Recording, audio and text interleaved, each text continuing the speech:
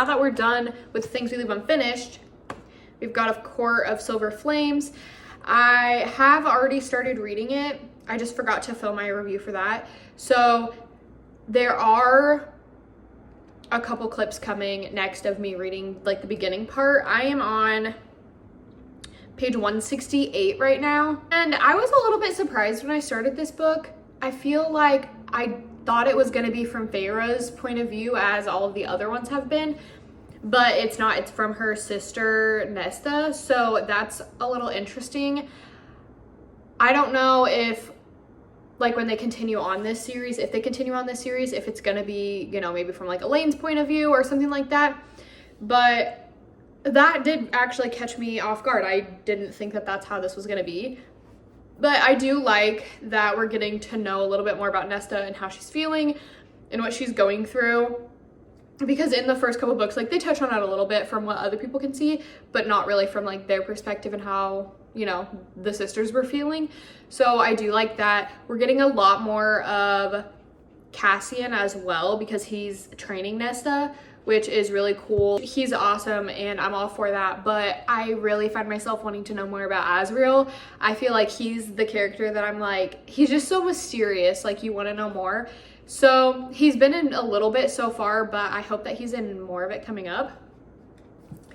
But pretty much so far, they are, yeah, Nesta's at the House of the Wind training with Cassian. And I do feel like the beginning, a part of this book, it did start pretty slow. It's really a lot about how she's feeling and like going through the day and like these weird feelings that she has. And it's kind of like repetitive right now, whereas they're just doing the same thing every day. And, you know, she's like coming out of her shell a little bit and like figuring out her feelings and stuff like that a little bit every day. I think that's really all that's going on so far.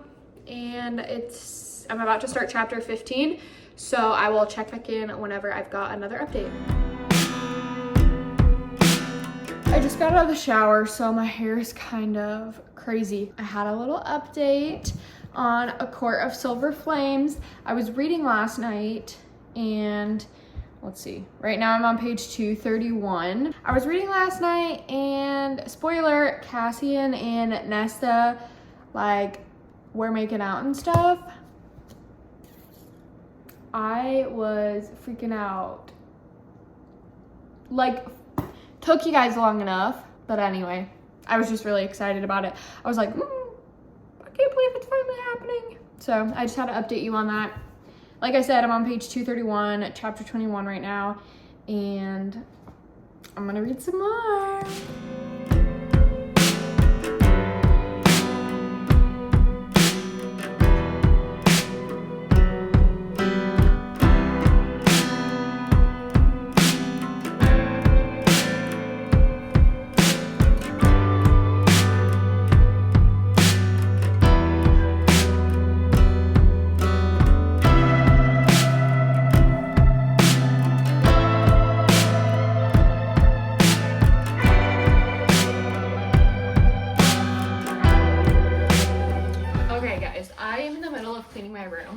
But I just wanted to check in because I was at my parents' house last night and I had probably 75, 100 pages left, something like that. And I finished A Court of Silver Flames last night and it was so good. I mean, I feel like obviously the end of her books there's so much action in like the last 100 to 150 pages that you don't want to put it down. It's like so much is happening. You want to know what's going to happen next. The chapters are really short, and so it keeps you want to like keep moving and keep reading. But I don't know, it just ended on a good note. I feel like this book you were able to see like the dark side of things, the lighter side of things, and like I feel like you were able to see a lot of people work through their traumas and do what's best for them and like show that you can overcome whatever you want just by encouraging yourself to be able to do that. And I don't know, it was really insightful and it was really good. I'm really sad that now I am done with the series and I don't have like the next book to read, but I definitely am going to give this one a 5 out of 5. This A Court of Thorns and Roses series has been a 5 out of 5 for me. I really enjoyed it. I feel like I was able to connect with all of the characters through her writing, and yeah, it's gonna forever be one of my favorite series. So I will say that I definitely didn't see the ending coming.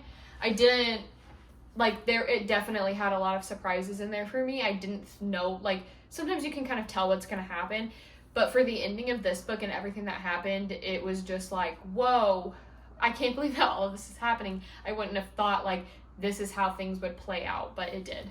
So yeah, definitely recommend everyone should read this series. It's so good. The next book that I'm going to be reading is The House Across the Lake by Riley Sager, and I'm excited. I am ready to switch it up and read a thriller, and hopefully this doesn't take me that long because it's not super big. It's only like 350 pages, so hopefully I can read it pretty quick because I am really behind on my August TBR. I've only read 2 out of the like 6 or 7 books that I put on the TBR, which I knew was probably going to happen because this one is so big, but we did have to cancel our vacation at the end of the month, so I think I'll probably get a ton of reading time back for that because we're not going to have anything going on. So I'm going to go ahead and start this book, and I will let you know what I think. I haven't read the back at all. It has just been word of mouth. I heard people said it was good, and so we are just going to see. So I'll let you know.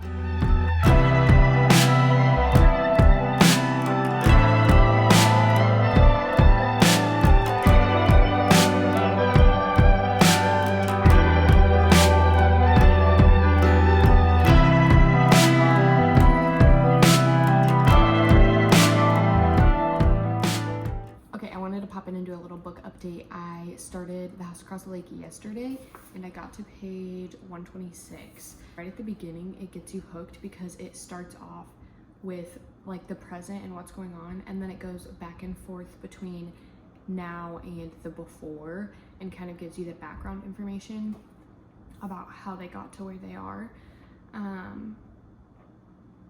I feel like it's really keeping my attention because there's short and long chapters. And so like after a really long chapter, I am like, I'm bored. So then there's like short chapters after that. So what I've kind of learned so far is that Casey is staying at her family's house, kind of trying to recover from a traumatic event that happened in her life. And there's only about 5 houses around the lake. So like everyone kind of knows what's going on and who's there.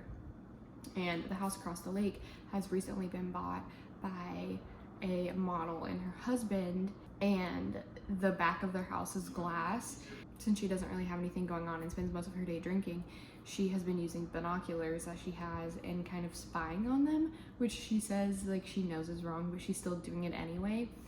And she sees some arguments between the couple, the model and her husband, and then all of a sudden the model's gone. Casey thinks that the husband has something to do with it or did something to her.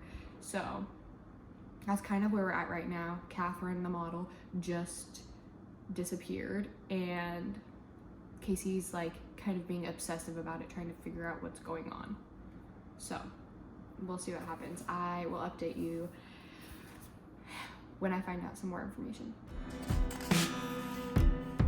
I wanted to finish out this video because I finished The House Across the Lake last night before I went to bed. It was kind of a binge read for me. It only took me 2 days to read, and I think that's because of the mix of short and long chapters.